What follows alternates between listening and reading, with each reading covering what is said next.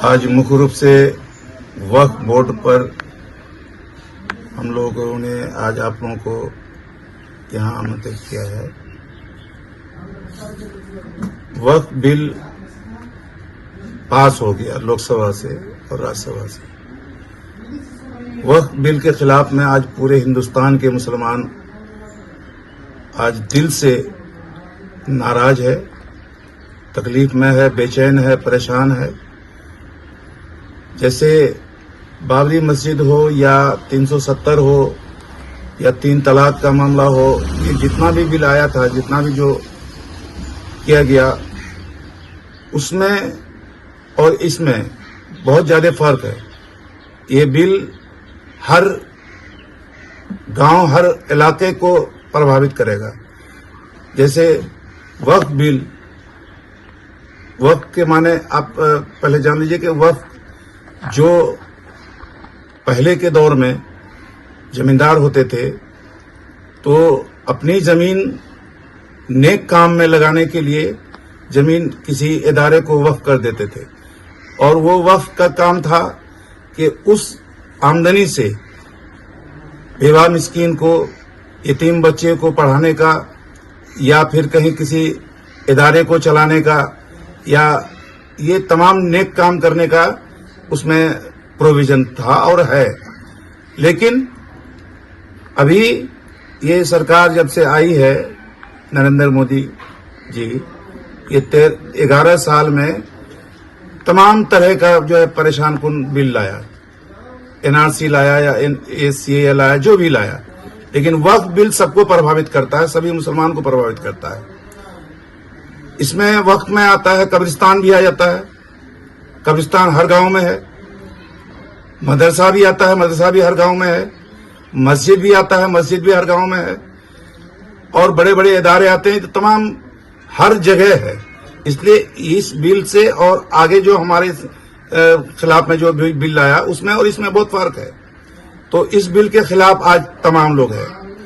मैंने जो राजनीति शुरू किया था सन 1982 से, 82 में लोक दल ज्वाइन किया था कर्पूरी ठाकुर के नेतृत्व में, और फिर 85 में मैं पहला चुनाव लड़ा और पहला चुनाव जीता लोक दल से। फिर 85 के बाद 90 में फिर हमने चुनाव लड़ा और जीता। उस टाइम में जनता दल बन गया और हमारे माननीय नीतीश कुमार जी ये जनता पार्टी में चले गए। और फिर 2000 में हम 95 में मैं हार गया, और फिर 2000 में मैं जीता। 2005 में फिर मैं जीत करके दोबारा जो चुनाव हुआ उसमें मैं हारा। 2005 में नीतीश कुमार आ गए। मुझे अगर जाना होता तो जब लालू जी का जनाधार खत्म हो गया था उस टाइम में, 2005 के बाद से मैं नीतीश कुमार के साथ जा सकता था, क्योंकि पहली बार जो विधायक बने थे नीतीश कुमार, वो भी लोकदल से बने थे और हम भी लोकदल से बने थे। एक ही बेंच पर 5 साल बैठे थे, तो उस दल में हम जा सकते थे। लेकिन मेरा जमीर कभी गवारा नहीं किया कि वो बीजेपी के साथ में थे, और आज तक हैं।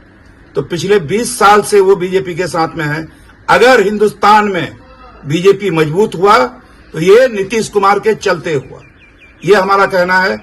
अगर नीतीश कुमार जिस तरह से अभी हाल में 2020 में चुनाव से पहले वो इंडिया गठबंधन बना रहे थे, अगुवा वही बने थे, अगुवा बन के वो चल रहे थे। अगुवा बनते बनते अचानक क्या हुआ, अचानक जो है वो पलट गए, और पलट करके फिर वो एनडीए में चले गए। तो एनडीए में जाने के बाद फिर आज एनडीए को ही मजबूत करके खड़ा किया है। वो 12 एमपी के साथ है, और चंद्रबाबू नायडू जो आंध्रा के, जो वो तमाम मुसलमानों का वोट उसको मिल जाता है, 99% वोट उसको चंद्रबाबू नायडू को मिलता है। वो भी अभी हम लोग तो ताज्जुब लगता है, ऐसे शर्म क्यों नहीं लगता है उन लोगों को ऐसा करने में। रमजान में चंद्रबाबू नायडू भी बड़ा बड़ा टोपी लगा के और तौलिया लगा के, रुमाल लगा के वो इफ्तार पार्टी करना, और यहां तक कुछ लोगों ने देखा कि वो नमाज में भी खड़े हो गए, नमाज भी पढ़ लिए। और नीतीश कुमार जी भी मैंने पूरा टोपी लगा के और इफ्तार पार्टी लगा के पूरा जो है लग रहा है कि मुसलमानों का हितैषी हो, यही है। और वो ईद के दिन जिस इदारे सरिया में 100-150 फोर्स पुलिस जाकर के वहां धमकी दिया, उसी इदारे सरिया में फिर ईद के दिन वो चले जाते हैं। वो पुलिस पर क्या कार्रवाई हुई किसी को कोई पता नहीं। तो ऐसा लग रहा था, वोट के एक दिन पहले तक ऐसा लग रहा था कि चंद्रबाबू नायडू वो खिलाफ में वोट करेंगे या विरोध करेंगे। नीतीश कुमार के बारे में भी लग रहा था कि वो भी विरोध करेंगे, लेकिन अचानक ऐसा सोशल मीडिया से ही हम लोगों को पता चलता है कि उनके साथ डील हो गया, आर्थिक मामले में कोई पैकेज दिया गया उसको, चंद्रबाबू नायडू को, और उसका जो पुराना केस था 300 कितना करोड़ का मामला था उसका, वो जो जांच चल रहा था उसको वो निपटारा करवाया। और इसके बारे में चर्चा है, ये जो बार बार परेशान थे और बार बार बोल रहे थे नीतीश कुमार जी कि घोषणा होना चाहिए, अपना बेटा के मार्फत भी इस बात को ऐलान करवाया कि मैंने घोषणा कर दे हमारे पिताजी के बारे में, क्योंकि उसी के नेतृत्व में वही अगला मुख्यमंत्री होंगे। इस बेचैनी में थे वो नीतीश कुमार जी। इसी कारणवश अमित शाह जी बिहार आए और बिहार आके वो मीटिंग किए। मीटिंग करने के बाद फिर वो मीटिंग में तो बोल दिए, लेकिन उस पर दबाव दिया गया कि नहीं, सार्वजनिक तौर पर बोला जाए। तो सार्वजनिक तौर पर जो है अमित शाह जी बोल दिए कि नीतीश कुमार यहाँ मुख्यमंत्री होंगे, वहां प्रधानमंत्री नरेंद्र मोदी के नेतृत्व में ये चुनाव, अगला चुनाव 25 का होगा। तो जाके ये भी जो है मैंने उसमें चले गए।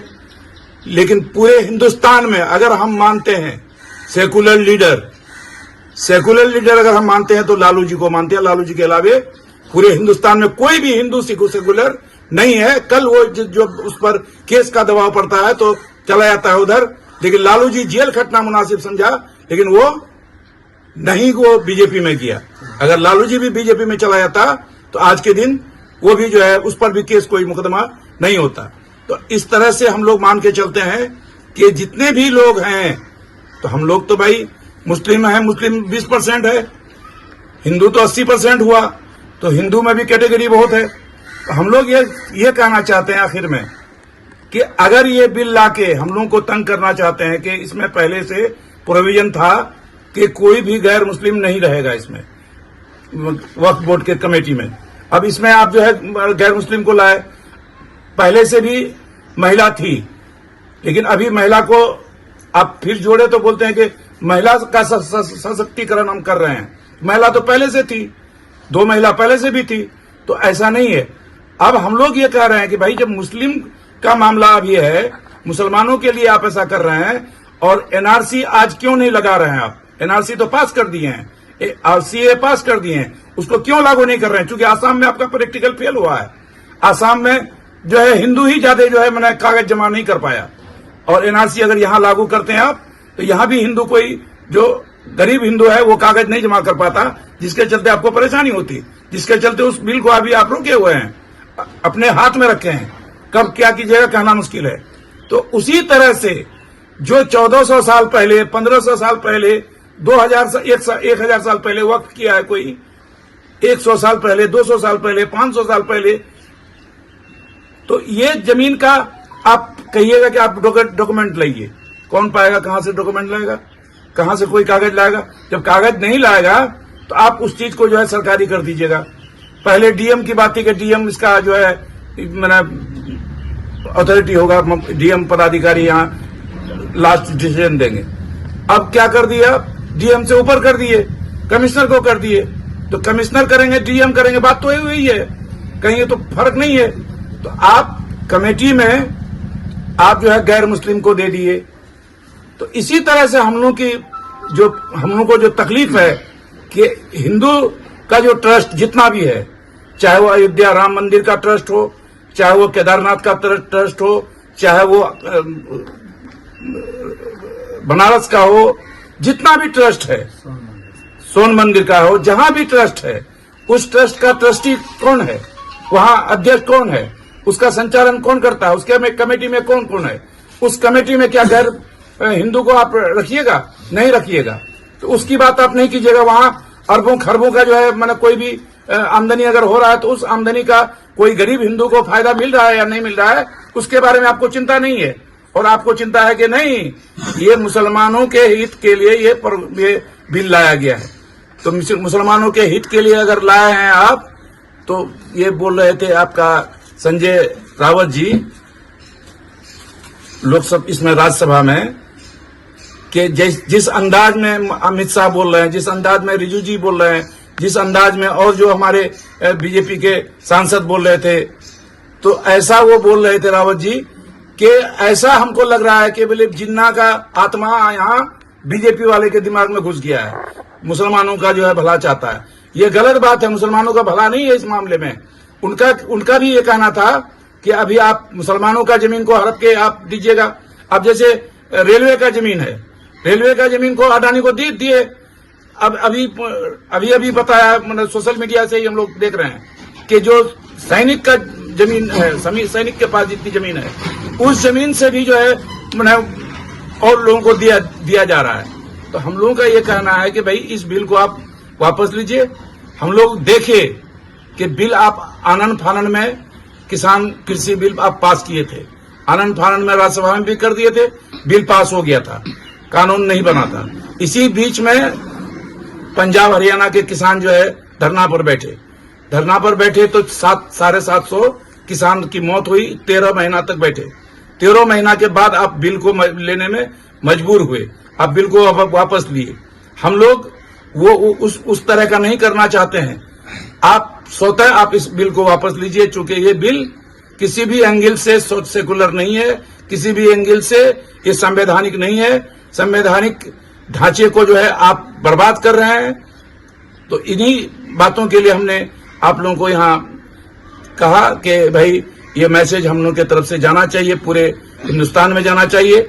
अगर हम लोग इस बिल को वापस नहीं लेते हैं, अगर तो जो भी हम लोग तय करेंगे, अगर धरना देने की जरूरत पड़ेगी तो शांतिपूर्ण धरना, जिस तरह से पटना में इदारे सरिया के और जितने भी खानकाह हैं वो तमाम लोग जैसे पटना में दिए थे, उसी तरह से हम लोग भी यहाँ 22 में हम लोग उसी अंदाज में शांतिपूर्ण हम लोग धरना देने का कार्यक्रम तय करेंगे। सर, अमित शाह का कहना है कि गैर मुस्लिम इस कमेटी में नहीं रहेंगे।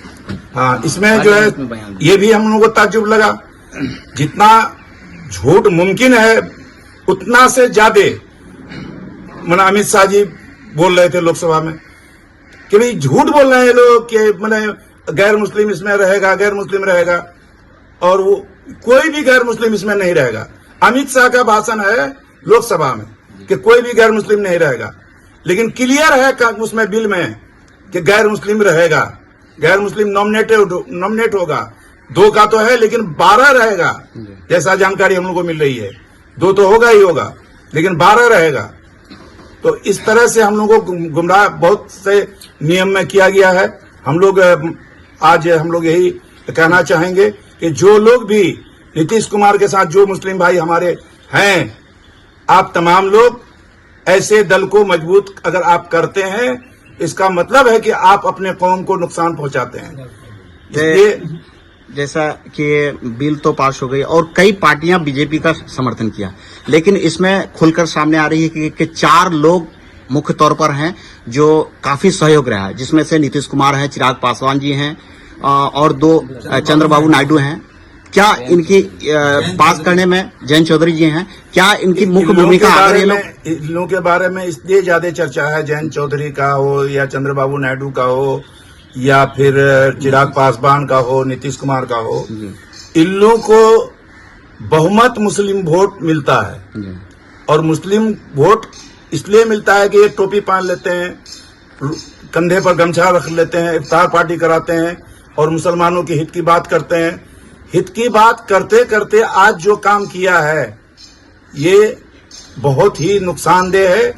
और आने वाले वक्त में ये 4, जयंत चौधरी हो या चंद्रबाबू नायडू हो या नीतीश कुमार हो या फिर चिराग पासवान हो, ये चारों का एक भी सिंगल, भले कुर्सी के लालच में कोई मुस्लिम भाई हमारा अगर रहता है वहां, तो वो अकेले अपने और अपने बीवी का वोट लेके जाएगा, वो अपने मुफाद में, कुर्सी के मुफाद में।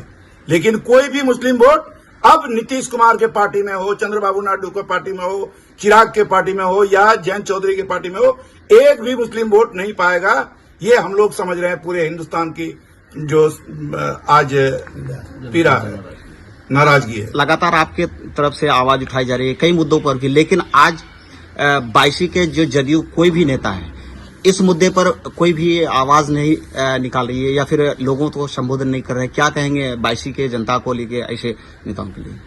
नहीं, जदयू के लीडर हमारे जैसे हम लोग सुने गुलाम रसूल बलियावी को भी और कुछ लीडर को भी सुने हम लोग, तो वो लोग तो अभी तक जो है नीतीश कुमार के खिलाफ में नहीं बोलना चाहते हैं। इतना बड़ा हादसा होने के बाद भी, इतना बड़ा जुल्म हमारे ऊपर होने के बाद भी अगर आज भी अगर नहीं बोलते हैं, कुछ मुस्लिम लीडर जो है जदयू का जो है इस्तीफा दिया है, रिजाइन किया है, उन लोगों को बहुत बहुत मुबारक हो।